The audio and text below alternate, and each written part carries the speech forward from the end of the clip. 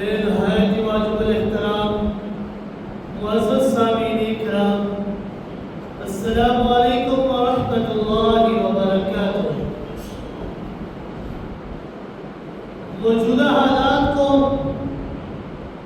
مد نظر رکھتے ہوئے آج کی اس بابرکت جمعۃ المبارک کی نشست میں میں آپ حضرات کے سامنے شہداء کی عظمت اور فضیلت کے متعلق چند باتیں پیش کروں گا۔ دعا ہے اللہ رب العزت کی بارگاہ سے کہ رب کائنات مجھے کلمہ حق بیان کرنے کی توفیق عطا فرمائے اور بعد میں ہم سب کو اس پر صحیح معنوں میں عمل کرنے کی بھی توفیق عطا فرمائے۔ معزز سامعین کرام، جیسا کہ آپ حضرات کو معلوم ہے کہ انڈیا نے پاکستان کے اوپر جارحیت کرتے ہوئے، بربریت کرتے ہوئے حملہ کیا ہے، لیکن پاکستانی عوام نے اور پاکستانی افواج نے اس کا منہ توڑ جواب بھی دیا ہے۔ کچھ لوگ اس حملے کے اندر شہید بھی ہوئے ہیں۔ اللہ رب العزت ان کے درجات کو اپنی بارگاہ میں بلند و بالا فرمائے اور ان کی اس شہادت کو قبول و منظور فرما لے۔ جیسا کہ آپ جانتے ہیں کہ شہادت اس کا معنی ہے گواہی دینا۔ کلمہ شہادت کو شہادت کا نام یہ اسی لیے دیا گیا ہے کہ اس کے اندر ہم اللہ رب العزت کی الوہیت، اللہ رب العزت کی وحدانیت کی گواہی دیا کرتے ہیں کہ اللہ رب العزت آپ کے علاوہ کوئی اور الہ نہیں ہے، آپ وحدہ لا شریک ہے۔ چنانچہ شہید کو بھی شہید اس لیے کہا جاتا ہے کہ شہید کا معنی ہے گواہی دینے والا۔ کیا مطلب؟ کس کی گواہی دینے والا؟ کیسی گواہی دینے والا؟ تو یہ بات اپنے ذہن کے اندر رکھیے گا کہ کبھی گواہی یہ زبان سے دی جاتی ہے تو کبھی گواہی اپنے عمل سے دی جاتی ہے۔ کلمہ شہادت کے اندر انسان اپنی زبان سے گواہی دیتا ہے، لا الہ الا اللہ محمد رسول اللہ، کہ اللہ تیرے علاوہ کوئی اور معبود نہیں، تو وحدہ لا شریک ہے، اور جناب محمد رسول اللہ صلی اللہ علیہ وسلم یہ آپ کے آخری نبی اور خاتم النبیین پیغمبر ہے۔ شہید یہ راہ خدا کے اندر اپنی جان کا نذرانہ پیش کر کے اللہ رب العزت کی عظمت کی عملی گواہی دیتا ہے کہ جس کے نام پر میں اپنی جان قربان کر رہا ہوں، کہ جس کے نام پر میں اپنی جان قربان کر سکتا ہوں، وہ نام صرف اور صرف اللہ رب العزت کا ہے اور کسی کا بھی نہیں ہے۔ گویا کہ وہ اپنی زبان حال سے اس بات کا اقرار کرتا ہے، ان صلاتی و نسکی و محیای و مماتی للہ رب العالمین لا شریک لہ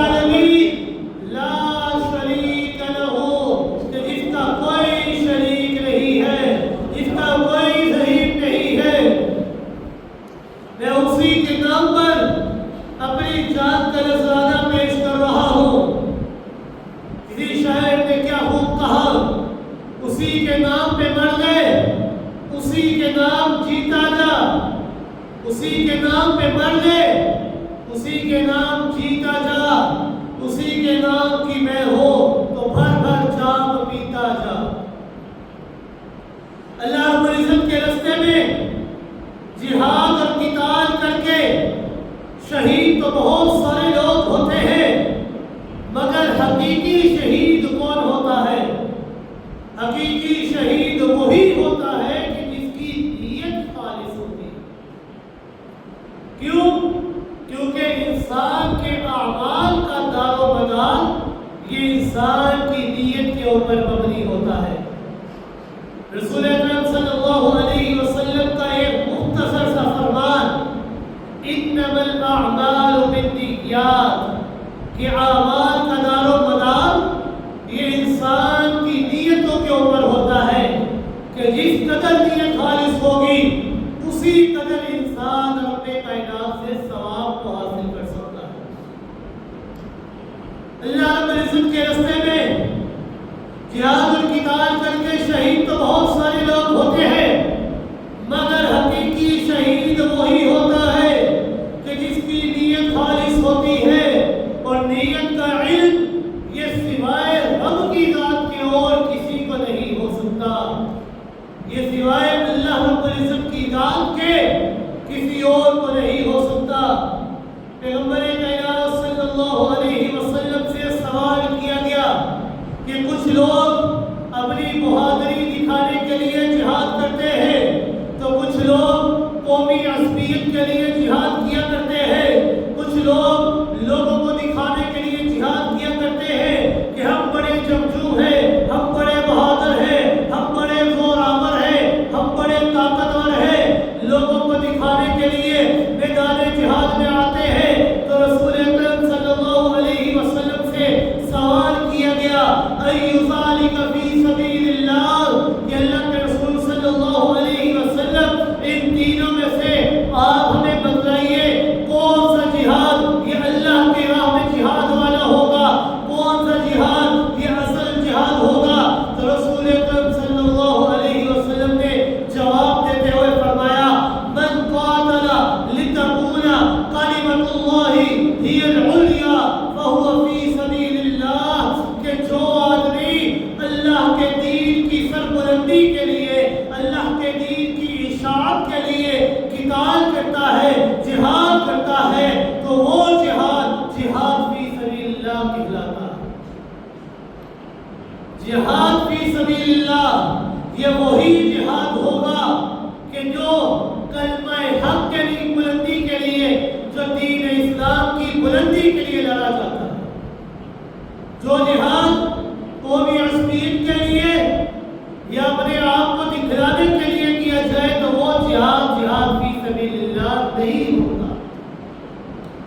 یہ بات ثابت ہے کہ جب انسان قتال کرتا ہے، جہاد کرتا ہے، تو جہاد کر لینے کے بعد بعض اوقات انسان کو زر مل جاتا ہے، یعنی مال غنیمت یہ انسان کے پاس آ جاتا ہے، مال غنیمت یہ انسان کو حاصل ہوتا ہے، زمین بھی ملتی ہے، بہت سا علاقہ یہ زیر تگی آ جاتا ہے، زر بھی ملتی ہے، وادیاں بھی آ جاتی ہیں، لیکن ایک سچے مومن کی شان یہ ہے، ایک سچے موحد کی شان یہ ہے کہ وہ زر کے لیے، زمین کے لیے، وادیوں کے لیے، مال غنیمت کے لیے جہاد اور قتال نہیں کرتا۔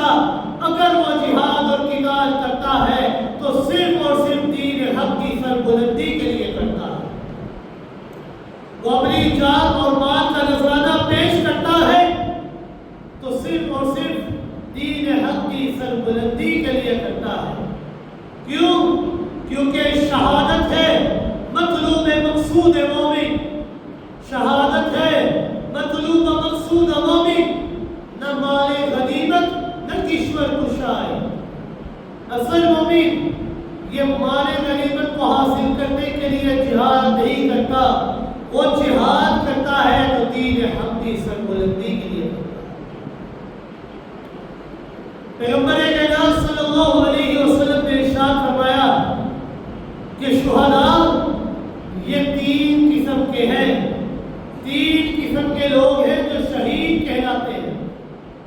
نمبر ایک، وہ شہید، وہ آدمی جو جان اور مال لے کر بریت ثواب جہاد کے لیے نکلا، نہ تو اس کا ارادہ لڑنے کا ہے اور نہ ہی اس کا ارادہ شہید ہونے کا ہے، وہ صرف اور صرف مسلمانوں کی جماعت کو بڑھانے کے لیے آیا ہے کہ میں مسلمانوں کی جماعت کے اندر شامل ہو جاؤں گا تو مسلمانوں کی جماعت کے اندر ایک اور آدمی کا اضافہ ہو جائے۔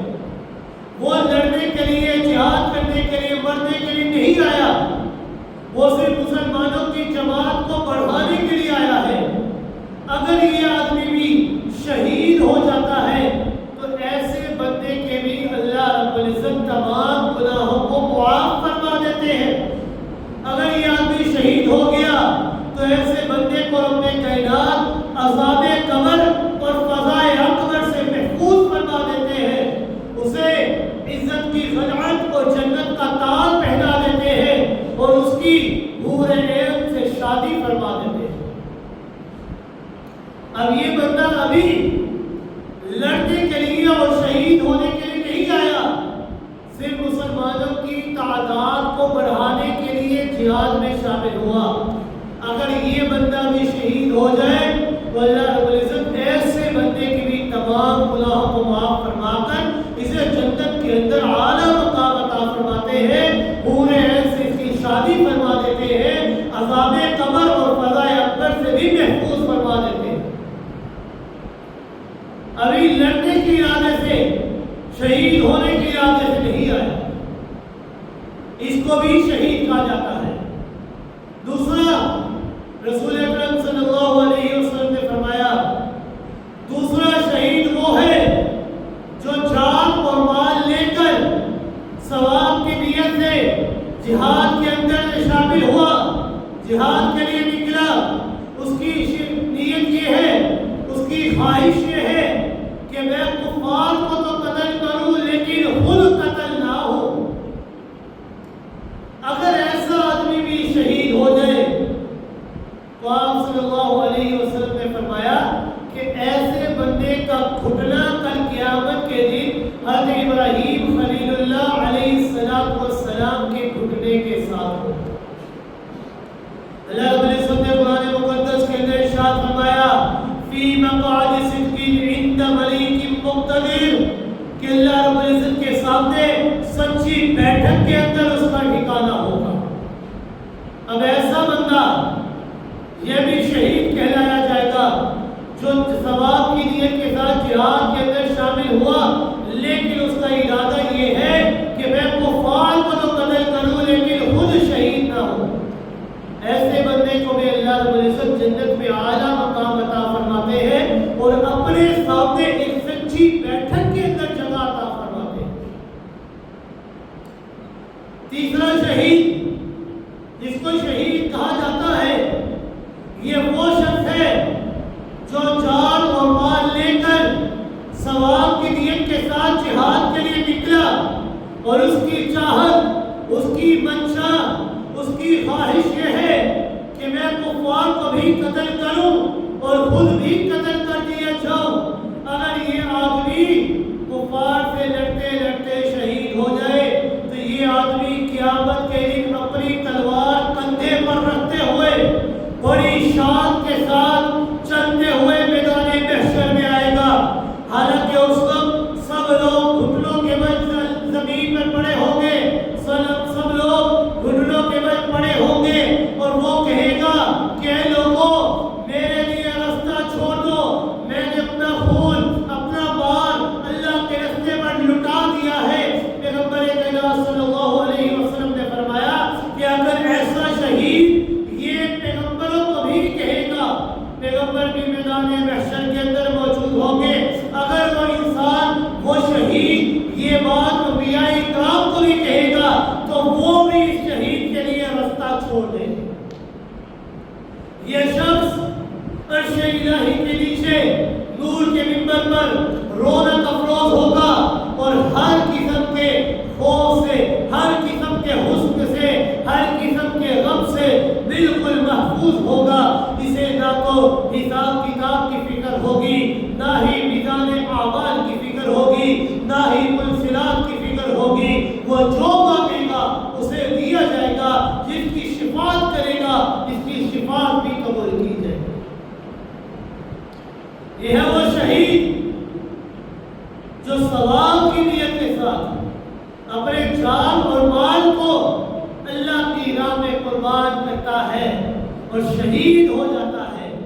اگر انبیاء اکرام، انبیاء کی قدموں کی خاک کے برابر بھی ہم نہیں ہیں، اگر یہ شہید انبیاء کو بھی کہے گا کہ میرے لیے رستہ چھوڑ دو، تو انبیاء بھی ایسے شہید کے لیے رستے کو چھوڑ دو۔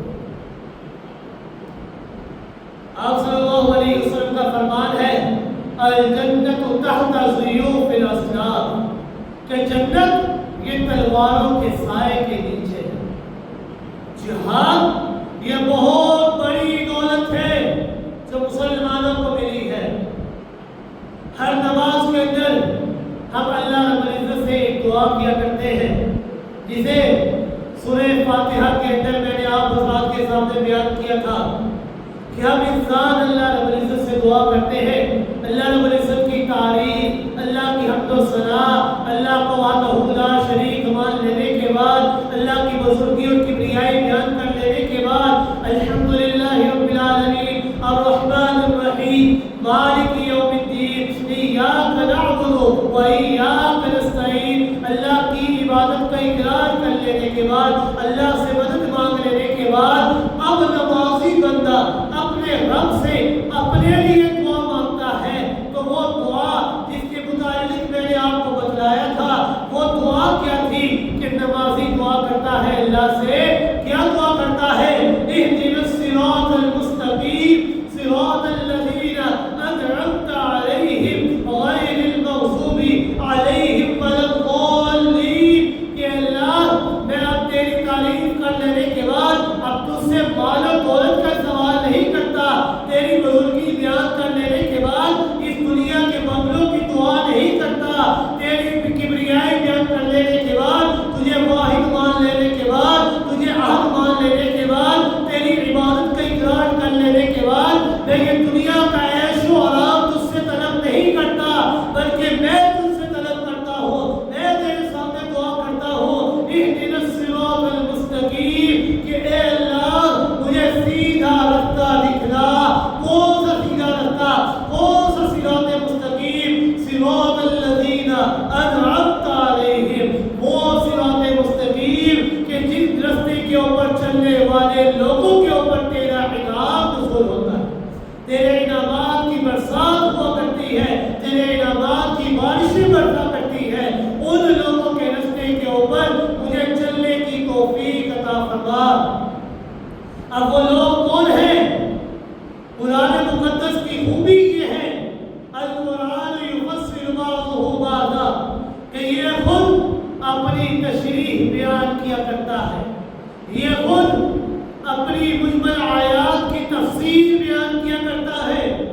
اگر ہم قرآن مجید سے ہی تلاش کریں کہ وہ انعام یافتہ لوگ کون ہیں کہ جن کے رستے پر چلنے کی ہم دعا مانگتے ہیں، تو قرآن ہمیں بتاتا ہے وَمَن يُطِعِ اللَّهَ وَالرَّسُولَ فَأُولَٰئِكَ مَعَ الَّذِينَ أَنْعَمَ اللَّهُ، کہ وہ لوگ جنہوں نے اللہ اور اس کے رسول کی اطاعت کی ہے، وہ لوگ جنہوں نے اللہ اور اس کے رسول کے بتلائے ہوئے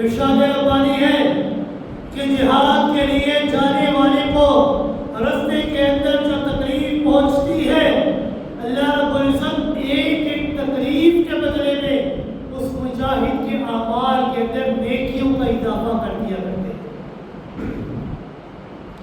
ایک ایک تکلیف کے بدلے میں اللہ رب العزت نامۂ اعمال کے اندر نیکیوں کا اضافہ فرماتے ہیں۔ اللہ رب العزت نے فرمایا سورہ توبہ کے اندر 10ویں پارے کے اندر ذالک بأنہ لا یصیبہ ظمأ ولا نصب ولا مخمصة فی سبیل اللہ ولا یطعون موطئا یغیظ الکفار ولا ینالون من عدو نیلا الا کتب لهم به عمل صالح۔ کہ رب کائنات نے فرمایا کہ یہ اس واسطے ہے کہ انہیں راہ خدا کے اندر جو تکلیف پہنچتی ہے، اب وہ تکلیف پیاس کی بھی ہو سکتی ہے، وہ تکلیف محنت کی بھی ہو سکتی ہے، وہ تکلیف بھوک کی بھی ہو سکتی ہے، یا وہ ایسی جگہ پر چلتے ہیں کہ کافروں کو غصہ آ جاتا ہے، یا وہ دشمنوں سے کوئی چیز چھین کر لے آتے ہیں۔ تو ہر بات کے اندر اب وہ تکلیف جتنی بھی تکلیفیں ان کے اوپر آتی ہے، ہر بات کے اوپر اللہ رب العزت ان کے اعمال کے اندر نیکیاں لکھ دیتے ہیں۔ آگے اللہ رب العزت نے فرمایا الا کتب لهم به عمل صالح، جو وہ چھوٹا بڑا جو خرچ کرتے ہیں یا کوئی میدان طے کرتے ہیں تو یہ سب کچھ ان کے لیے اعمال صالحہ کے اندر لکھ دیا کرتے ہیں۔ وہ جتنا سفر کرتے ہیں ایک ایک قدم کے اوپر اللہ رب العزت ان کے نامۂ اعمال میں نیکیاں لکھ دیتے ہیں۔ اب وہ چھوٹی چیز بڑی چیز جو بھی خرچ کرتے ہیں، اللہ رب العزت ایک ایک چیز کے خرچ کرتے پر ان کے نامۂ اعمال میں نیکیاں لکھ دیتے ہیں۔ بڑے تو شہید، مارے اگر تو غازی ہے، بڑے تو شہید، مارے اگر تو غازی ہے۔ یہ راہ ایسی راہ ہے کہ اس میں ہر طرف سرفرازی ہی سرفرازی ہے، ہر طرف کامیابی ہی کامیابی ہے۔ اگر جہاد کر کے واپس لوٹ آئے تو غازی کا خطاب مل جاتا ہے، اگر وہیں پر شہید ہو جائے تو شہید کا خطاب مل جاتا ہے۔ ہر طرف کامیابی ہی کامیابی اس کے نامۂ اعمال کے اندر ملتا ہے۔ حضرت ابو ہریرہ رضی اللہ تعالیٰ فرماتے ہیں کہ ان فرض المجاہدی لا یسکن فی ثمنہ فیکتب لہ حسنۃ۔ بخاری شریف کی روایت ہے کہ حضرت ابو ہریرہ رضی اللہ تعالیٰ فرماتے ہیں کہ جب مجاہد کا گھوڑا گھاس چڑھتے ہوئے لمبائی کے اوپر چلتا ہے، اب وہ گھاس چل رہا ہے، چڑھتے چڑھتے وہ آگے چلتا رہتا ہے چلتا رہتا ہے، تو آپ صلی اللہ علیہ وسلم نے فرمایا اس گھاس کے چڑھنے پر بھی اللہ رب العزت مجاہد کے اعمال کے اندر نیکیاں لکھ دیتے ہیں۔ اب مجاہد تو کوئی عمل نہیں کر رہا، لیکن مجاہد کا گھوڑا یہ تیار ہو رہا ہے، اپنی بھوک کو ختم کر رہا ہے، اب وہ چڑھتے چڑھتے اگر لمبائی کی طرف چلتا ہے تو اللہ رب العزت اس گھاس کے کھانے پر بھی مجاہد کے نامۂ اعمال میں نیکیاں لکھ دیتے ہیں۔ ایک حدیث میں آتا ہے کہ آپ صلی اللہ علیہ وسلم نے فرمایا کہ جس شخص نے اللہ پر ایمان رکھتے ہوئے اور اللہ کے وعدوں کی تصدیق کرتے ہوئے اللہ کے راستے میں جہاد کے لیے ایک گھوڑے کو باندھا، تو اس گھوڑے کا گھاس، اس گھوڑے نے جو کچھ کھایا، اس گھوڑے نے جو کچھ پیا، اس کی لید، اس کا پیشاب، کل قیامت کے دن اللہ رب العزت نیکیوں میں شمار کرتے ہوئے اس کے نامۂ اعمال کے اندر، اس کے میزان کے اندر لاد کر اس کے اعمال کا وزن کا پلڑا اور بڑھا دیں گے۔ یعنی مجاہد کو اتنا ثواب ملتا ہے کہ اگر اسے ایک گھوڑے کو باندھتا ہے تو اس گھوڑے کا کھانا، اس گھوڑے کا پینا، اس گھوڑے کے پیشاب، اس گھوڑے کی لید بھی کل قیامت کے دن اس مجاہد کے نامۂ اعمال کے اندر میزان کے اندر رکھ دی جائے گی اور اسے جنت کا مستحق بنا دیا جائے گا۔ اندازہ لگائیے کہ جب گھوڑے کے چلنے پھرنے پر، کھانے پینے پر اتنا اجر و ثواب ملتا ہے تو راہ خدا میں جان دینے پر کتنا ثواب ملے گا، کتنا اجر و ثواب ملے گا۔ ایک حدیث میں آتا ہے کہ کہ پیغمبر کائنات صلی اللہ علیہ وسلم نے فرمایا لغدوۃ فی سبیل اللہ او روحۃ خیر من الدنیا وما فیہا، کہ اللہ کے راستے میں جہاد کے لیے ایک صبح اور شام کا لگا دینا یہ دنیا وما فیہا کی ہر چیز سے بہتر ہے۔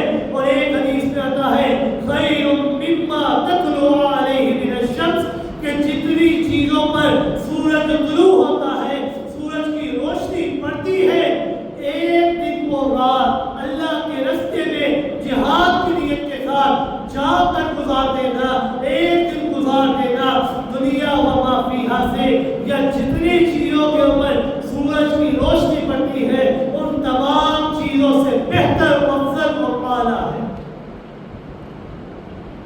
ایک حدیث میں آتا ہے کہ آپ صلی اللہ علیہ وسلم نے فرمایا، بخاری شریف کی روایت ہے کہ جس بندے کے قدم یہ راہ خدا کے اندر غبار آلود ہوئے، کل قیامت کے دن اس کے قدموں کو جہنم کی آگ کبھی چھوئے گی نہیں۔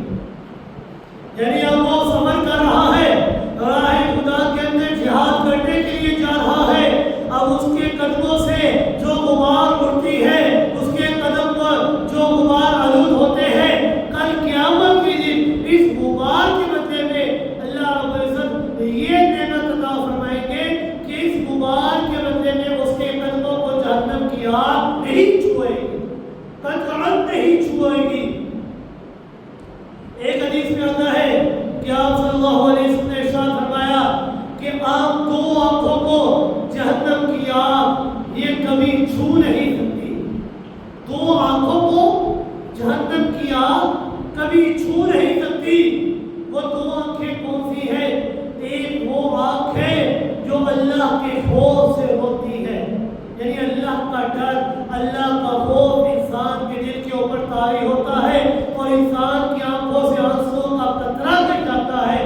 اللہ کو یہ قطرہ اتنا محبوب ہے، اتنا محبوب ہے کہ آپ صلی اللہ علیہ وسلم نے فرمایا کہ اس آگ کو کل قیامت کے دن جہنم کی آگ قطعاً نہیں چھوئے گی۔ اور دوسری وہ آنکھ کہ جو اللہ کے راستے میں پہرے داری کرتے ہوئے جاگی ہو، جس آنکھ نے پہرے داری کی ہے، پوری رات پورا دن پہری دی ہے، پہرے داری کی ہے، ایسی آنکھ کو بھی جہنم کی آگ کبھی نہیں چھوئے گی۔ اب ذرا غور فرمائیے کہ ان احادیث مبارکہ کے اندر کہ جس راستے کا غبار اتنا مبارک ہے، کہ جس راستے میں جاگنے کی اتنی بڑی فضیلت ہے، اب وہ راستہ خود کتنا عظیم ہوگا، پھر اس راستے کے اوپر جان قربان کر دینے والے شہید کا مرتبہ کتنا بلند و بالا ہوگا، کہ جس کے غبار آلود قدموں کو جہنم کی آگ نہیں چھو سکتی، کہ جس کے پہرے داری کرنے والی آگ کو جہنم کی آگ نہیں چھو سکتی، اب وہ راستہ خود کتنا عظیم ہوگا۔ اس راستے کے اوپر جہاں اپنی جان کو قربان کر دینے والے کا، جو اپنی جان کو قربانے کے پیش کرتا ہے، جو شہید ہو جاتا ہے، اب اس شہید کا مرتبہ کتنا بلند و بالا ہوگا۔ شہید ہونے والا، اب جو بندے شہید ہوتے ہیں، کہ جس طرح بھارت نے، انڈیا نے مسلمانوں کے اوپر حملہ کیا ہے، ہمارے کچھ لوگ شہید ہوئے ہیں، اب بظاہر تو ہمیں یوں لگتا ہے کہ یہ ہمارے لوگ ضائع ہو گئے۔ شہید ہونے والا یہ بظاہر تو ہمیں ضائع ہوتا نظر آتا ہے، میدان جہاد کے اندر اس کے وجود کے ٹکڑے ٹکڑے ہوتے ہوئے ہم دیکھ سکتے ہیں کہ اس کے وجود کے ٹکڑے ہوئے ہیں، لیکن اگر ہم بنظر غائب دیکھیں تو شہید کی موت یہ اس کی قوم اور موقف کی بقا کا ضامن نظر آتی ہے۔ وہی قوم یہ زندہ اور باقی رہتی ہے کہ جس کے افراد شہادت سے سرفراز ہوتے ہیں۔ جو لوگ شہادت سے جی چاہتے ہیں وہ قوم صفائے ہستی سے ہمیشہ ہمیشہ کے لیے مٹ جایا کرتی ہے۔ تم ہی سے مجاہدوں دین کا سمات ہے، تم ہی سے مجاہدوں دین کا سمات ہے، شہید کی جو موت ہے وہ قوم کی حیات ہے۔ اس کی بہترین مثال یہ کھیت میں کاشت کیا جانے والا غلہ اور دانہ ہے کہ ایک زمیندار جب کھیت میں ہل چلا کر اپنے گھر سے ایک انتہائی قیمتی گندم اٹھا کر جاتا ہے اور مٹی کے اندر بکھیر دیتا ہے تو ایک ظاہر بین کو یہی نظر آتا ہے کہ یہ کتنا بے وقوف انسان ہے کہ اس نے اتنی قیمتی گندم کو مٹی کے اندر ملا کر ضائع کر دیا ہے. لیکن حقیقت اس کے برعکس ہے. حقیقت یہ ہے کہ چند دانوں نے اپنے وجود کی قربانی دے کر اپنی جان کا نذرانہ پیش کر اپنی جنس کو اور اپنی نسل کو بقا کا انتظام کیا ہے. اگر یہ چند دانے اس طرح قربانی نہ دے تو رفتہ رفتہ آہستہ آہستہ اس دنیا سے اس کی نسل اس کا وجود یہ ہمیشہ ہمیشہ کے لیے ختم ہو جاتا ہے. اسی طرح اگر شہادت پانے والا میدان جہاد میں خواب اور خون میں غلطہ نہ ہو تو اس کی قوم کا وجود یہ سمائے ہستی سے مٹ جائے گا. اسی لیے تو اللہ رب العزت نے میدان احد میں 70 مسلمانوں کی شہادت لینے کے بعد مسلمانوں کو تسلی دیتے ہوئے فرمایا لِيَتَّخِذَ مِنكُمْ شُهَدَاءَ کہ میں اللہ نے ان کو شہید اس لیے کیا ہے ان کی شہادت جیسا رتبہ ان کو اس لیے عطا فرمایا ہے کہ اللہ رب العزت تم میں سے بعض کو شہادت دینا چاہتے تھے. مطلب یہ تھا کہ ان 70 شہداء سے اگرچہ تمہاری نفری کے اندر یہ کمی نظر آ رہی ہے لیکن حقیقت یہ ہے کہ ان کی شہادت کی بدولت میں اللہ رب العزت تمہاری قوم کو بقا عطا فرماؤں گا. ان شہید ہونے والے لوگوں نے یہ اپنی شہادت کو دے کر اپنے قوم کو اور اپنے موقف کا ثابت کیا ہے اپنے موقف کو ثابت کیا ہے کہ ہماری قوم ہمارا موقف یہ بالکل حق پر اور سچ پر مبنی ہے. ہم اپنی قوم کے موقف کے اوپر اپنی جان کا قربانہ اپنی جان کو قربان کر دینے کے لیے ہمیشہ تیار ہیں. جو قوم شہادت سے جی چڑھاتی ہے وہ قوم سمائے ہستی سے ایک وقت آتا ہے ختم ہو جاتی ہے. لیکن جو قوم شہید ہو کرتی ہے شہادت جیسے رتبے میں فائز ہو جاتی ہے وہ قوم اپنے موقف کو ثابت کر رہی ہے کہ ہم اپنے موقف کے اوپر اپنی جانوں کو قربان کر دینے کے لیے ہمیشہ تیار کھڑے ہیں. اللہ رب العزت نے قرآن مقدس کے اندر شہید کی عظمت کو بیان کرتے ہوئے فرمایا إِنَّ اللَّهَ اشْتَرَىٰ مِنَ الْمُؤْمِنِينَ أَنفُسَهُمْ وَأَمْوَالَهُم بِأَنَّ لَهُمُ الْجَنَّةَ کہ اللہ رب العزت نے مومنوں سے ان کی جانوں کے اور ان کے مالوں کے عوض ان کو جنت دی ہے. یہ جو شہید لوگ ہیں یہ بات یاد رکھیے گا یہ شہداء جو اپنی جانوں کو اور اپنی مالوں کا نذرانہ پیش کر رہے ہیں یہ سودا کر رہے ہیں. یہ سودا کس سے کر رہے ہیں؟ یہ سودا خرید و فروخت کر رہے ہیں اللہ سے. کیا سودا کر رہے ہیں؟ کس چیز کے عوض یہ سودا کر رہے ہیں؟ اپنی جان اور مال کا عوض کس چیز کا سودا کر رہے ہیں؟ رب کائنات نے فرمایا إِنَّ اللَّهَ اشْتَرَىٰ مِنَ الْمُؤْمِنِينَ أَنفُسَهُمْ وَأَمْوَالَهُم بِأَنَّ لَهُمُ الْجَنَّةَ کہ اللہ رب العزت نے مومنوں سے ان کی جانوں کے اور ان کے مال کے عوض جنت کا وعدہ کیا ہے. میں اللہ سے ان کی جانوں کو خرید رہا ہوں ان سے ان کے مال کو خرید رہا ہوں اور بدلے میں میں اللہ کو کیا عطا کر رہا ہوں بِأَنَّ لَهُمُ الْجَنَّةَ میں اللہ بدلے میں ان کو جنت عطا کر رہا ہوں. پھر اللہ رب العزت نے اس کی شکل بیان کرتے ہوئے فرمایا يُقَاتِلُونَ فِي سَبِيلِ اللَّهِ فَيَقْتُلُونَ وَيُقْتَلُونَ کہ یہ لوگ اللہ کی راہ میں قتال کرتے ہیں قتل بھی کرتے ہیں اور قتل کیے بھی جاتے ہیں. یعنی مارتے بھی ہیں اور مرتے بھی ہیں مارتے بھی ہیں اور شہید بھی ہوتے ہیں. وَعْدًا عَلَيْهِ حَقًّا فِي التَّوْرَاةِ وَالْإِنْجِيلِ وَالْقُرْآنِ یہ تورات انجیل اور قرآن میں اللہ کا سچا وعدہ ہے. وَمَنْ أَوْفَىٰ بِعَهْدِهِ مِنَ اللَّهِ فَاسْتَبْشِرُوا بِبَيْعِكُمُ الَّذِي بَايَعْتُم بِهِ کہ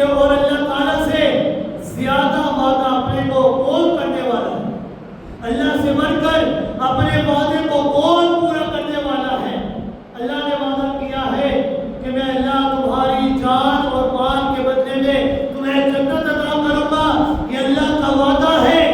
اللہ نے سوال کیا وَمَنْ أَوْفَىٰ بِعَهْدِهِ مِنَ اللَّهِ کہ اے ایمان والو بتاؤ تو صحیح اللہ سے بڑھ کر اپنے وعدے کو پورا کرنے والا کون ہے؟ کون اپنے وعدے کو پورا کرنے والا ہے؟ اللہ سے بڑھ کر کوئی نہیں. اللہ سے بڑھ کر اپنے وعدے کو پورا کرنے والا کوئی نہیں ہے. تو رب کائنات نے فرمایا فَاسْتَبْشِرُوا خوشیاں مناؤ, خوش ہو جاؤ. کس چیز کے اوپر؟ بِبَيْعِكُمُ الَّذِي بَایَعْتُم بِهِ اس سودے کے اوپر, اس خرید و فروخت کے اوپر کہ جو خرید و فروخت کے اندر خریدنے والا میں اللہ ہوں, بیچنے والے تم ایمان والے ہو. اس خریدار کے اوپر تم ہمیشہ ہمیشہ کے لیے خوش ہو جاؤ. وَذَلِكَ هُوَ الْفَوْزُ الْعَظِيمُ یہی سب سے بڑی کامیابی ہے. اس سے بڑھ کر کامیابی اور کوئی نہیں ہے. آپ حضرات اس بات سے بخوبی واقف ہیں جب انسان سودا کرتا ہے, خرید و فروخت کرتا ہے تو چار چیزیں اس سودے کے اندر لازمی ہوا کرتی ہیں. ایک مشتری خریدار جو خرید رہا ہے, دوسرا بائے بیچنے والا جو چیز بیچ رہا ہے, خرید کہ جس چیز کے بدلے میں سودا ہو رہا ہے جو چیز بیچی جا رہی ہے, سبب کہ اس چیز کے بدلے میں اس کو خریدار کو بیچنے والے کو کیا مل رہا ہے. یہ چار چیزیں ہر سودے کے اندر لازمی ہوا کرتی ہیں. اللہ نے یہ بیان فرمایا کہ اس سودے اور اس معاہدے کی شکل کیا ہے کہ یہ معاہدہ, یہ وعدہ, یہ سودا یہ کسی منڈی کے اندر نہیں ہوا. اس کی شکل یہ ہے کہ اس کے دین کی سربلندی کے لیے میدان کارزار میں قتال کیا جائے. پھر سوال پیدا ہوتا ہے کہ یہ معاہدہ یہ کن دستاویز کے اندر موجود ہے, یہ معاہدہ کن دستاویز کے اندر لکھا ہوا ہے. تو رب کائنات نے فرمایا یہ وعدہ تورات کے اندر بھی موجود ہے, یہ وعدہ انجیل کے اندر بھی موجود ہے, یہ وعدہ یہ قرآن کے اندر موجود ہے جو یقیناً پورا ہونے والا ہے. اور یہ معاہدہ یہ کوئی عام ہستی نہیں کر رہی, یہ معاہدہ کرنے والی یہ کوئی عام ہستی نہیں کہ وعدہ کر کے مکر جائے. جس طرح انسان وعدہ کرتے ہیں لیکن جب وعدہ کرنے کی پورا کرنے کی باری آتی ہے وعدے سے مکر جایا کرتے ہیں. تو رب کائنات نے فرمایا یہ معاہدہ کرنے والی کوئی عام ہستی نہیں ہے کہ وعدہ کر کے مکر جائے, کوئی کمزور ہستی نہیں ہے کہ وعدے کو پورا نہ کر سکے. رب کائنات نے فرمایا وَمَنْ أَوْفَىٰ بِعَهْدِهِ مِنَ اللَّهِ کہ یہ وعدہ کرنے والی کوئی عام ہستی نہیں بلکہ خود خالق کائنات کی ذات ہے. اور خالق کائنات سے بڑھ کر اپنے وعدے کی پاسداری کرنے والا اور کوئی نہیں ہو سکتا. پھر آخر کے اندر رب کائنات نے ایمان والوں کو مبارکباد دیتے ہوئے فرمایا فَاسْتَبْشِرُوا بِبَيْعِكُمُ الَّذِي بَایَعْتُم بِهِ کہ اے ایمان والو اب تمہیں خوش ہونا چاہیے. تم خوش ہو جاؤ کہ تمہارا سودا اپنے رب کے ساتھ ہو چکا ہے, یہ سودا طے پا چکا ہے. وَذَلِكَ هُوَ الْفَوْزُ الْعَظِيمُ کہ جس کے ساتھ یہ سودا اللہ رب العزت نے کر لیا ہے وہ جان لے کر جان لے کہ اس سے بڑی کامیابی اور کوئی نہیں ہو سکتی. جب انسان نے اپنی جان اپنے مال کے بدلے میں اللہ سے جنت کا وعدہ کر لیا ہے, اللہ رب العزت نے جنت کا وعدہ کر لیا ہے. جب انسان اپنی جان اور مال کے بدلے میں جنت کو حاصل کر لیتا ہے تو جنت حاصل کر لینے کے بعد انسان کو اس سے بڑی دولت کو کیا چاہیے ہوگی. اسی لیے اللہ رب العزت نے فرمایا وَذَلِكَ هُوَ الْفَوْزُ الْعَظِيمُ یہی بہت بڑی کامیابی ہے. صحابہ کرام رضوان اللہ تعالی علیہم اجمعین چونکہ اس سودے کی حقیقت اور افادیت کو سمجھ لیا تھا انہوں نے, اور اس پر ان کا یقین کامل تھا, ان کو کامل بھروسہ تھا, اس لیے وہ وہ ہمہ وقت حصول شہادت کی تمنا اور خواہش رکھا کرتے تھے. ہر وقت یہی خواہش کیا کرتے تھے کہ اللہ ہمیں شہادت کا رتبہ عطا فرما دے. حضرت خالد بن ولید رضی اللہ تعالی بڑے مشہور جنرل تھے. تمام لوگوں نے ان کا نام سنا ہوگا. حضرت خالد بن ولید رضی اللہ تعالی انہوں نے تقریباً 125 جنگوں کے اندر حصہ لیا اور پہلی جنگ سے لے کر آخری جنگ کے اندر ہر جنگ کے اندر ان کی تمنا اور خواہش یہی تھی کہ اللہ مجھے شہادت عطا فرما دے. اے اللہ مجھے اپنی راہ کے اندر شہادت کا رتبہ عطا فرما دے. مگر جب اپنے بستر پر وفات پانے لگے تو انتہائی تعصب کے ساتھ انتہائی افسوس کے ساتھ فرمایا کہ میں آج اپنے بستر پر پڑ رہا ہوں.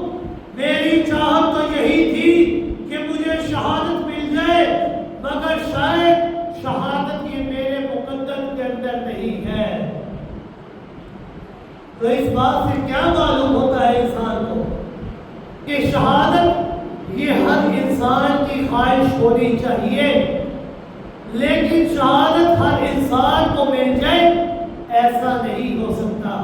شہادت اسی کو ملے گی کہ جس کے متعلق اللہ رب العزت فیصلہ فرمائیں گے. اللہ کا فیصلہ ہوگا تو شہادت ملے گی ورنہ نہیں.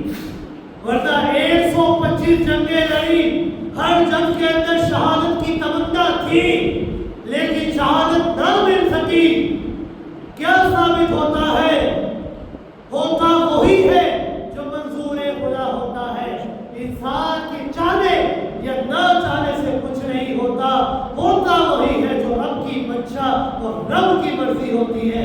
رب جس کو شہادت کا رتبہ عطا فرمانا چاہے نا اسی کو شہادت ملے گی ورنہ ہر انسان کو نہیں مل سکتی.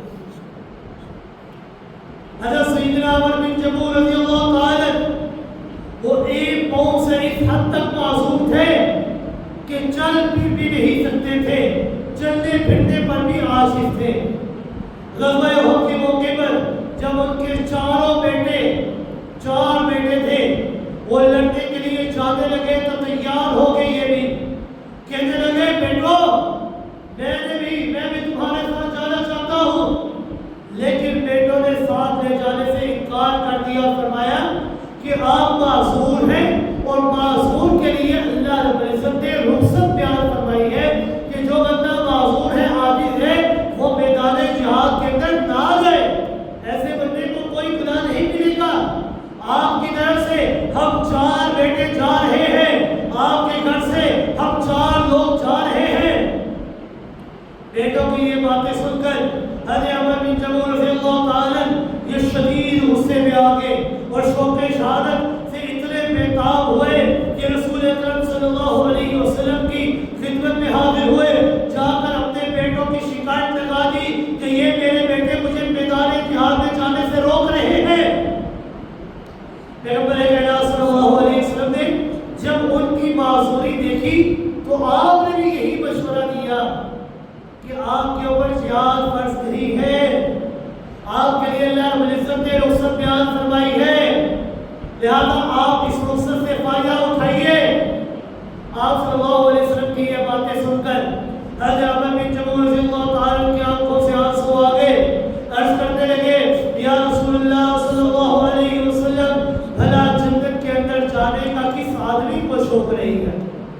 جنت کے اندر جانے کا کس کو شوق نہیں ہے؟ ہر بندے کی تمنا یہ ہے کہ اللہ مجھے جنت عطا فرما دے. بھلا آپ خود بتائیے جنت میں جانے کا کس بندے کا شوق نہیں ہے؟ واللہ انی لارجو ان عطاب یرجی هذه الجنہ, اللہ کی قسم مجھے امید ہے کہ میں شہادت سے سرفراز ہو کر اپنے اسی لنگڑے پاؤں سے جنت کی سرزمین کو روتوں گا. آپ صلی اللہ علیہ وسلم نے جب ان کے شوق شہادت کے دیکھا تو آپ صلی اللہ علیہ وسلم نے ان کو اجازت دے دی. پھر جب حضرت عمر بن جموح رضی اللہ تعالیٰ اپنے گھر سے نکلنے لگے تو اللہ رب العزت سے ایک دعا کر کے اپنے گھر سے نکلے. کیا دعا کی؟ اللہم ارزقنی شہادۃ ولا تردنی الی اہلی، کہ اے اللہ مجھے شہادت سے سرفراز فرمانا اور مجھے اپنے گھر واپس نہ لانا. کیا دعا تھی؟ کہ اللہ مجھے شہادت کا رتبہ عطا فرمانا اور مجھے اپنے گھر واپس نہ لانا. صحابہ کرام نے دیکھا کہ میدان احد کے اندر، میدان جنگ کے اندر ایک ہی پاؤں کے اوپر اچھل کر کود کر چل رہے ہیں اور جہاد کر رہے ہیں اور فرما رہے ہیں انی لمشتاق الی الجنہ، کہ اللہ آج مجھے جنت کا شوق ہے، آج میں جنت کو چاہتا ہوں، آج میں جنت کو حاصل کر لینا چاہتا ہوں. میرے اللہ رب العزت نے ان کے اس جذبے کی قدر کرتے ہوئے انہیں شہادت سے سرفراز فرما دیا. میدان احد کے اندر لڑتے لڑتے ایک ہی پاؤں کے اوپر لڑتے لڑتے وہ شہید ہو گئے. شہادت کا رتبہ ان کو مل گیا. جنگ کے اختتام پر جب ان کی بیوی نے ان کی میت کو اونٹ کے اوپر لاد کر مدینہ منورہ واپس لانے لگی، جب اونٹ کا رخ مدینہ کی طرف پھیرا گیا تو اونٹ فوراً بیٹھ گیا.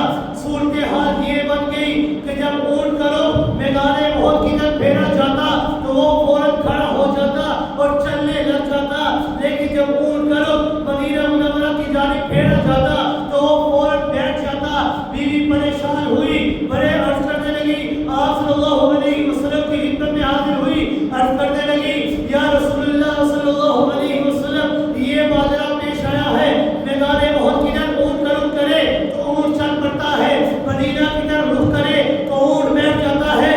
تو آپ صلی اللہ علیہ وسلم نے سوال فرمایا کہ حضرت عمر بن جموح رضی اللہ تعالیٰ کی بیوی زوجہ کہ انہوں نے گھر سے نکلتے ہوئے کیا کوئی دعا تو نہیں کی تھی؟ بیوی نے عرض کیا یا رسول اللہ صلی اللہ علیہ وسلم جی ہاں انہوں نے ایک دعا کی تھی. وہ دعا یہ تھی اللہم ارزقنی شہادۃ فی سبیلک ولا تردنی الی اہلی، کہ اے اللہ مجھے اپنی راہ کے اندر شہادت کا رتبہ عطا فرمانا، اے اللہ مجھے شہادت جیسا عظیم الشان مرتبہ عطا فرمانا. اور دوسری دعا یہ کی لا تردنی الی اہلی، کہ اے اللہ مجھے اپنے گھر کی طرف واپس نہ لوٹانا. آپ صلی اللہ علیہ وسلم نے فرمایا یہ اسی دعا کا اثر ہے جو انہوں نے فرمائی لا تردنی الی اہلی، کہ مجھے اپنے اہل و عیال کی طرف، مجھے مدینہ کی طرف واپس نہ لوٹانا. اسی لیے حضرت عمر بن جموح رضی اللہ تعالیٰ کو میدان احد کے اندر ہی دفن کیا گیا. ان کی تدفین کے بعد رسول اکرم صلی اللہ علیہ وسلم نے فرمایا لقد رأیتہ یدعو بعزتہ فی الجنہ، کہ میں نے جنت کے اندر دیکھا ہے، کہ میں نے دیکھا ہے کہ حضرت عمر بن جموح رضی اللہ تعالیٰ اسی لنگڑے پاؤں کے ساتھ جنت کی زمین پر روند رہے ہیں. اللہ رب العزت نے مجھے دکھلایا ہے کہ حضرت عمر بن جموح رضی اللہ تعالیٰ جو کہا کرتے تھے کہ میں اسی لنگڑے پاؤں کے ساتھ جنت کی سرزمین پر روندوں گا، اللہ رب العزت نے آج مجھے دکھلا دیا ہے کہ آج اسی لنگڑے پاؤں کے ساتھ وہ جنت کی سرزمین پر روند رہے ہیں. یہ شہادت یہ بہت بڑی دولت ہے. شہید کو اللہ رب العزت بہت بلند و بالا مقام عطا فرماتے ہیں. خلیفہ ثانی سیدنا عمر بن خطاب رضی اللہ تعالیٰ اپنی زندگی کے آخری دور کے اندر رات کی تنہائیوں کے اندر مسجد نبوی کے اندر بیٹھ کر یہ دعا فرمایا کرتے تھے اللہم ارزقنی شہادۃ فی سبیلک واجعل موتی فی بلد نبیک، اے اللہ مجھے اپنے راستے کے اندر شہادت عطا فرمانا اور مجھے اپنے حبیب جناب محمد رسول اللہ صلی اللہ علیہ وسلم کے شہر مدینہ کے اندر شہادت عطا فرمانا. یہ دعا فرمایا کرتے تھے اپنی زندگی کے آخری لمحے کے اندر. اب جنہوں نے یہ دعا سنی تھی بڑے حیران ہوئے، سوچ میں پڑ گئے کہ مدینہ منورہ کے اندر رہتے ہوئے خلیفہ ثانی جو امیر المؤمنین ہے، آیا ان کو شہادت کیسے مل سکتی ہے کہ مدینہ، وہ مدینہ جو کہ اب دارالامن بن چکا ہے، نہ تو یہاں جنگ کا کوئی نشان ہے، نہ ہی جہاد کا کوئی نام و نشان ہے، بھلا آپ کو جہاد کی شہادت کیسے مل سکتی ہے؟ پھر ایک دن اللہ رب العزت نے خلیفہ ثانی امیر المؤمنین سیدنا فاروق اعظم رضی اللہ تعالیٰ کی دعا کو یوں قبول فرمایا کہ محراب نبوی میں جماعت کرانے کے لیے کھڑے ہوئے تو ابو لؤلؤ مجوسی نے سیدنا فاروق اعظم رضی اللہ تعالیٰ کے اوپر قاتلانہ حملہ کیا۔ آپ زخمی ہو کر گر پڑے، اپنی جگہ پر امامت کے لیے حضرت الرحمن بن عوف رضی اللہ تعالیٰ کو کھڑا کیا تاکہ مسلمانوں کی نماز کے اندر تاخیر نہ ہو۔ لوگوں کو بتلا دیا کہ عمر کی جان جاتی ہے تو چلی جائے لیکن نماز نہیں جانی چاہیے۔ تکبیر نماز کے بعد سیدنا فاروق اعظم رضی اللہ تعالیٰ سے سوال فرمایا کہ میرا قاتل مسلمان ہے یا کافر ہے؟ بتلایا گیا کہ آپ کا جو قاتل ہے وہ ایک مجوسی ہے، کافر ہے۔ سیدنا فاروق اعظم رضی اللہ تعالیٰ نے جب یہ بات سنی تو فوراً بلند آواز سے کہنے لگے فزت ورب الکعبہ، فزت ورب الکعبہ، اللہ کی قسم آج میں کامیاب ہو گیا، آج میں کافر کے ہاتھوں سے شہید ہو گیا ہوں۔ اللہ رب العزت نے مجھے شہادت کا رتبہ عطا فرمایا ہے، مجھے شہادت جیسا عظیم الشان مرتبہ عطا فرمایا ہے۔ تو یہ شہادت کا رتبہ مل جانا یہ بہت بڑی دولت ہے۔ شہادت کی خواہش یہ ہر انسان کے دل کے اندر ہونی چاہیے، لیکن یہ بات یاد رکھیے گا شہادت یہ اسے ہی ملے گی کہ جس کے لیے اللہ رب العزت پسند فرمائیں گے۔ ہر انسان کو شہادت نہیں مل سکتی۔ اگر ملتی ہوتی حضرت خالد بن ولید نے 125 جنگیں لڑی، لیکن موت کہاں پر آئی؟ اپنے بستر کے اوپر آئی۔ لوگوں کو بتلایا ہر جنگ کے اندر میری تمنا یہ تھی کہ مجھے شہادت مل جائے، لیکن شہادت نہیں ملی۔ لوگوں کو بتلایا کہ شہادت کی خواہش ہر انسان کے دل کے اندر ہونی چاہیے، لیکن شہادت اسے ہی ملے گی کہ جس کے لیے اللہ رب العزت پسند فرمائے گا۔ اب جو انسان شہید ہو جاتا ہے اللہ رب العزت ایسے بندے کو بہت بلند و بالا مقام عطا فرماتا ہے۔ ایسے بندے سے اللہ رب العزت بلا حجاب طلاق پر نصیب فرماتے ہیں۔ اللہ رب العزت طلاق تو فرماتے ہیں، لیکن جو بندہ شہید ہو جاتا ہے شہید سے اللہ رب العزت بنا کسی پردے کے طلاق نصیب فرماتے ہیں۔ بنا کسی پردے کے اللہ رب العزت اس سے ہم طلاق ہوتے ہیں۔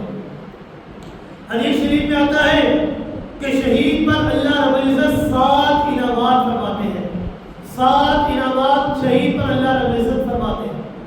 پہلا انعام اللہ رب العزت نے فرمایا کہ اس کا خون زمین پر گرتے ہی اللہ رب العزت اس کے اوپر مغفرت کا فیصلہ فرما دیتے ہیں۔ اللہ رب العزت اس کے تمام گناہوں کو معاف فرما دیتے ہیں۔ دوسری نعمت اللہ رب العزت یہ عطا فرماتے ہیں کہ وہ موت سے پہلے ہی جنت کے اندر اپنا مقام دیکھ لیتا ہے۔ تیسری نعمت یہ اللہ رب العزت عطا فرماتے ہیں کہ شہید یہ عذاب قبر سے محفوظ ہو جاتا ہے۔ چوتھی نعمت اللہ رب العزت عطا فرماتے ہیں کہ کل قیامت کے دن فضائے اکبر سے محفوظ ہو جاتا ہے کہ قیامت کے دن جہاں پر ہر بندہ، ہر لوگ، تمام لوگ اللہ کے سامنے اپنے گھٹنوں کے بل گھرے ہوں گے، شہید اپنی تلوار کو اپنے کندھے کے اوپر رکھ کر بڑے فخر سے آئے گا اور لوگوں سے کہے گا کہ لوگوں میرے لیے رستہ چھوڑ دو، میں نے اپنی جان کو اللہ کی راہ میں قربان کیا ہے۔ رسول اکرم صلی اللہ علیہ وسلم نے فرمایا کہ اگر وہ یہ بات انبیاء کو بھی کہے گا تو انبیاء بھی اس شہید کے لیے رستے کو چھوڑ دیں گے۔ جہاں پر ہر بندہ پریشانی غم اور حزن کے اندر گرفتار ہوگا، شہید ہر قسم کے فضائے اکبر سے ہمیشہ کے لیے محفوظ ہوگا۔ پانچویں نعمت اللہ رب العزت یہ عطا فرمائیں گے کہ اس کے سر پر یاقوت کا تاج سجایا جائے گا کہ اس کا ایک ایک موتی دنیا و ما فیہا فیہا سے بہتر ہوگا۔ چھٹی نعمت اللہ رب العزت کی عطا فرماتے ہیں کہ جنت کی 72 حور عین سے اس کی شادی ہوگی، 72 حور عین سے اس کی شادی ہوگی۔ رسول اکرم صلی اللہ علیہ وسلم نے فرمایا کہ اگر ایک حور اپنی ایک جھلک اس دنیا کے اندر عطا فرما دے تو اس کی ایک جھلک کی وجہ سے اس دنیا کی ہر چیز روشن ہو جائے گی۔ تو کل قیامت کے دن شہید کو اللہ رب العزت 72 حور عین عطا فرمائے، اور 7ویں نعمت اللہ رب العزت شہید کو یہ عطا فرمائیں گے کہ وہ اپنے قریبی رشتہ داروں میں سے 70 آدمیوں کی سفارش فرمائے گا اور انہیں اپنے ساتھ جنت کے اندر لے جائے گا۔ یہ شہادت کو، شہید ہونے والے شخص کو اللہ رب العزت بے انتہا انعامات اور نعمتوں سے مالا مال فرمائے۔ یاد رکھیے گا کہ یہ جو وقت ابھی ملک پاکستان کے اوپر آیا ہے، یہ وقت ہے اللہ کو یاد کرنے کا، اللہ کو یاد کر کے اللہ کے سامنے گڑگڑا کر دعائیں کرنے کا کہ اللہ رب العزت آپ اس کافر قوم کے خلاف ہماری مدد فرمانا۔ اللہ سے رو رو کر دعائیں کرے، ربنا افرغ علینا صبرا وثبت اقدامنا وانصرنا علی القوم الکافرین، کہ اے اللہ اس کافر قوم کو برباد کر، نیست و نابود کر، اے اللہ ہمارے قدموں کو ثابت کر دینا، ثابت قدمی ہمیں عطا فرمانا، وانصرنا علی القوم الکافرین، اور اس کافر قوم کے اوپر ہماری مدد فرمانا۔ یہ وقت اللہ کو یاد کرنے کا ہے، یہ وقت رو رو کر اللہ سے دعائیں کرنے کا ہے۔ جس طرح فلسطین کے اوپر یہ مشکلات کی گھڑیاں آئی تھی، لوگ یہ کہا کرتے تھے کہ جب اپنے ملک کے اوپر آئے گی تب ہم دیکھیں گے۔ آج اپنے ملک کے اوپر بیماری آ گئی ہے، ہر طرف حملہ ہو رہا ہے، میڈیا نے حملے کیے ہیں۔ یاد رکھیے گا یہ حملے ہمارے اوپر بھی ہو سکتے ہیں، لہذا اللہ سے رو کر دعائیں کریں کہ اللہ اس کافر قوم کے خلاف ہماری مدد فرمانا، اے اللہ اس کافر قوم کو نیست و نابود فرما دینا۔ اے اللہ رب العزت اگر ہمیں شہادت عطا فرماتی ہے تو ہر وقت ہر بندہ مومن کو یہ خواہش رکھنی چاہیے کہ اللہ ہمیں شہادت کا رتبہ عطا فرما دے۔ اللہ رب العزت سے دعا ہے کہ اللہ رب العزت ہمیں صحیح معنوں میں عمل کرنے کی توفیق عطا فرمائے۔